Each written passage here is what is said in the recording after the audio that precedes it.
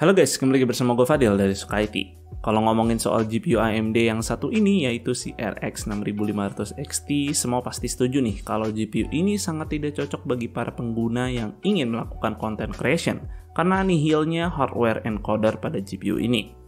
Tapi bukan berarti GPU ini nggak kencang diajak ngegame. Secara performa, GPU ini mampu menunjukkan potensi performa yang cukup oke pada game-game modern saat ini, terlepas dari VRAM 4GB yang mungkin menjadi limitasi pada beberapa game AAA, dan juga PCIe x4 yang mewajibkan kita untuk menggunakan platform PCIe Gen 4 supaya GPU ini mendapatkan bandwidth yang cukup.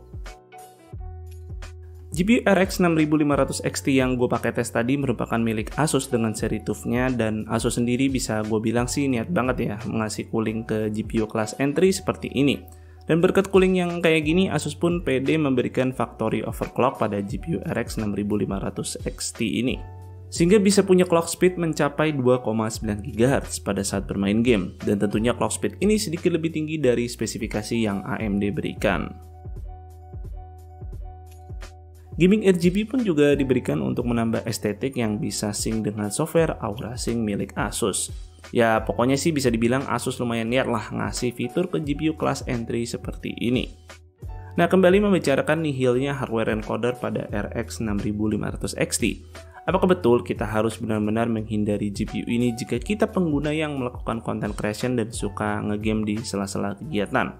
Karena bisa dibilang dari price range yang sama, belum ada GPU seri terbaru yang bisa menawarkan performa seperti RX 6500 XT ini. Sehingga dilema antara memilih GPU seri lawas dengan hardware encoder atau mendang-mending sampai nambah dikit dapat RTX 3090 Ti. Tapi bagaimana jika kita bisa tetap nih memilih RX 6500 XT sebagai GPU, namun tidak perlu khawatir soal content creation karena ada fitur yang tetap bisa memberikan kemampuan hardware encoder. Nah, untuk itu bisa gue katakan CPU Intel dengan integrated graphics adalah pasangan yang cocok untuk GPU ini. Karena kita bisa memanfaatkan fitur encoder QuickSync sebagai pengganti hardware encoder yang hilang dari RX 6500 XT. Untuk itu mari kita lihat seberapa pengaruhnya QuickSync terhadap video encoding yang dibandingkan dengan harus memaksakannya menggunakan encoder X264 alias CPU. Nah, karena PC pribadi gue masih pakai CPU AMD, jadi Asus ngirimin nih satu PC untuk dijadikan test bench, plus juga gue bakal pakai RX 6500 XT dari Asus TUF ini sebagai tes. Untuk itu gue rakit dulu PC yang menjadi test bench ini untuk bisa digunakan.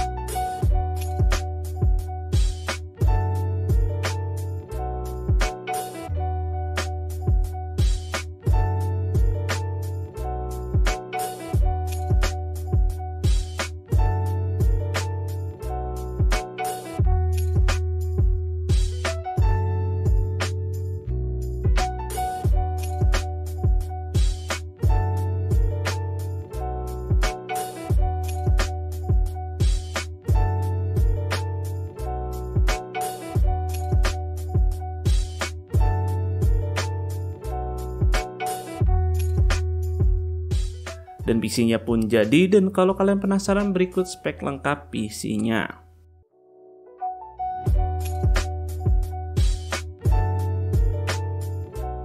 Di sini gue akan tes recording menggunakan software OBS dan berikut merupakan settingan yang digunakan untuk recordingnya. Dan videonya akan direcord dalam resolusi 1080p.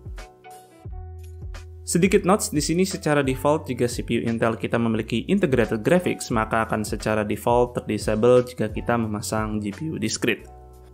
Untuk mengenable-nya kembali kita harus masuk ke dalam BIOS terlebih dahulu. Pada BIOS milik Asus ini kita cari aja System Agent dan pada eGPU Multimonitor kita pilih opsi Enable.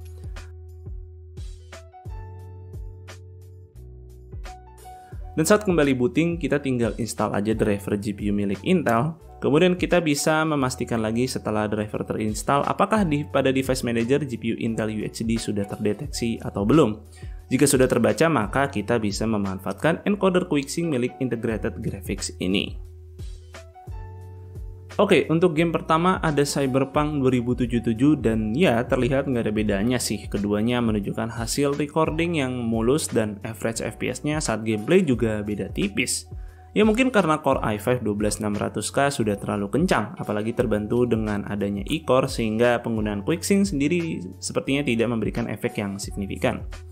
Nah, bagaimana jika kita menggunakan spek yang lebih rendah seperti Core i5 12400 atau bahkan Core i3 12100 yang keduanya malah tidak memiliki e-core sama sekali? Untuk itu, gue akan mencoba mensimulasikan penggunaan kedua CPU tersebut. Untuk simulasi Core i3 12100, gue akan menggunakan RAM 8GB untuk menggambarkan penggunaan spek yang lebih terjangkau. Pertama-tama mari kita lihat recording menggunakan encoder X264 alias CPU. Nah, terlihat ya dengan jumlah core CPU yang semakin sedikit membuat CPU usage-nya semakin meningkat cukup signifikan. Bahkan bisa menyentuh 100% usage dan ini berujung menyebabkan hasil videonya bisa patah-patah. Kalian bisa lihat pada hasil record menggunakan konfigurasi 4 core 8 thread. Kemudian gue coba juga pada game yang cukup CPU bound seperti Valorant, hasilnya pun CPU usage-nya juga bisa terpaut cukup tinggi untuk konfigurasi CPU tanpa e-core. Nah, lalu bagaimana jika menggunakan encoder QuickSync? Sekali lagi kita lihat pada game Cyberpunk 2077, ternyata CPU usage-nya jadi jauh lebih rendah dan hasil video tidak sampai patah-patah pada konfigurasi CPU 4 core 8 thread. Kemudian pada game Valorant, CPU usage-nya juga tidak setinggi jika record menggunakan encoder X264. Lalu gue pun di sini juga mencoba menguji live stream dengan konfigurasi CPU 4 core 8 thread dengan RAM 8GB. Terlihat perbedaannya menggunakan QuickSync dan X264, ini pun gue tidak menggunakan webcam dan macam-macam tambahan UI seperti layaknya live streamer. Kalau live streamnya dipaksakan menggunakan encoder X264, bisa dilihat CPU usage-nya sudah cukup tinggi ya. Bahkan bisa menyentuh 100% walaupun nggak sampai hasil live streamnya sih patah-patah. Tapi gue tidak yakin kalau resource CPU-nya akan cukup untuk menghandle software-software lainnya yang sering digunakan untuk kebutuhan live stream. So, dari hasil tes ini melihatkan sebuah integrated graphics Intel UHD yang mungkin suka disepelekan, ternyata hardware encoder di dalamnya bisa membantu melegakan resource CPU. Dan juga penggunaan RX 6500 XT jadi tidak dipermasalahkan karena secara performa gaming GPU ini punya potensi yang cukup oke. Apalagi CPU Intel dengan integrated graphics juga tetap memberikan dukungan PCIe Gen 4, jadi kemampuan GPU seperti RX 6500 XT yang berjalan di PCIe x4 tidak terlimitasi. Tentu kalian tidak harus menggunakan CPU seperti Core i5 12600K untuk menggunakan encoder QuickSync, karena encoder ini terdapat di semua seri CPU Intel dengan integrated graphics alias seri non-F. Seperti misalnya seri Core i3 12100 yang secara harga juga dibanderol cukup terjangkau yang mungkin cocok sebagai opsi untuk budget build menggunakan RX 6500 XT. Gue melihat kombinasi ini membuka peluang untuk GPU-GPU AMD tanpa hardware encoder lainnya seperti RX 6400 misalnya, yang mungkin jika ada kesempatan gue akan membahasnya lagi. So, segitu dulu sih untuk videonya kali ini, semoga video ini bermanfaat buat kalian. Jika kalian berkenan, like dan share video ini, dan jangan lupa subscribe channel Suka IT jika kalian nggak mau ketinggalan kontennya. Dan jangan lupa follow Suka IT di Instagram dengan nama @suka_it. Gue Fadil dari Suka IT pamit undur diri. See you on the next video.